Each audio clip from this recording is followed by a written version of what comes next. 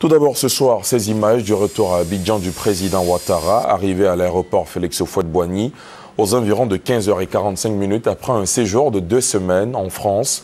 Le président Alassane Ouattara a été accueilli, vous le voyez sur ces images, à sa descente d'avion par le président d'institution ainsi que le ministre d'État, ministre de l'Intérieur et de la Sécurité, puis d'autres membres du gouvernement. Souvenez-vous, le chef de l'État avait pris part en France au 70e anniversaire du débarquement de Provence à Toulon. Il répondait ainsi à l'invitation de son homologue français, François Hollande, aux côtés de 12 de ses pairs africains. Le docteur Alassane Ouattara a par la suite pris un peu de repos, un repos néanmoins marqué par un suivi de l'actualité, une actualité dominée par la fièvre hémorragique Ebola qui a fait à ce jour plus de 1400 morts en Afrique de l'Ouest. Alassane Ouattara salue la grande mobilisation en vue de freiner la maladie avant d'appeler au maintien de la vigilance afin que la fièvre Ebola ne s'invite en Côte d'Ivoire. Je vous propose de l'écouter. Je viens de rentrer de France, où j'ai pris part à la cérémonie de commémoration du 70e anniversaire du débarquement en Provence qui a eu lieu à Toulon le vendredi 15 août dernier. Alors, comme vous le savez, cette cérémonie qui a eu pour cadre le porte-avions Charles de Gaulle a vu la participation de 12 chefs d'État africains en raison du rôle important qu'ont joué les soldats africains dans la libération de la France.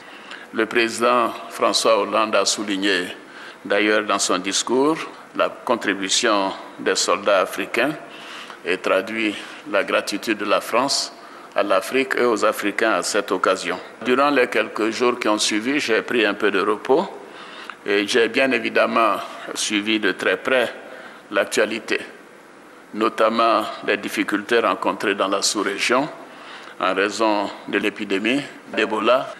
C'est une épidémie grave, sérieuse, et je voudrais féliciter le gouvernement qui a pris un certain nombre de mesures pour faire face à cette situation. Grâce à celle-ci, il n'y a pas de cas d'Ebola en Côte d'Ivoire. Et j'insiste pour le préciser, nous devons néanmoins maintenir la vigilance et respecter les mesures préventives qui ont été préconisées par le comité de veille. Alors, je voudrais saisir cette opportunité pour féliciter le Premier ministre, à qui d'ailleurs j'ai demandé de prendre quelques jours de congé, et Madame le ministre de la Santé, Raymond Goudou, malheureusement qui ne peut pas en prendre encore, et les membres du gouvernement, les fonctionnaires, les forces de défense et de sécurité, les rédigés, la société civile.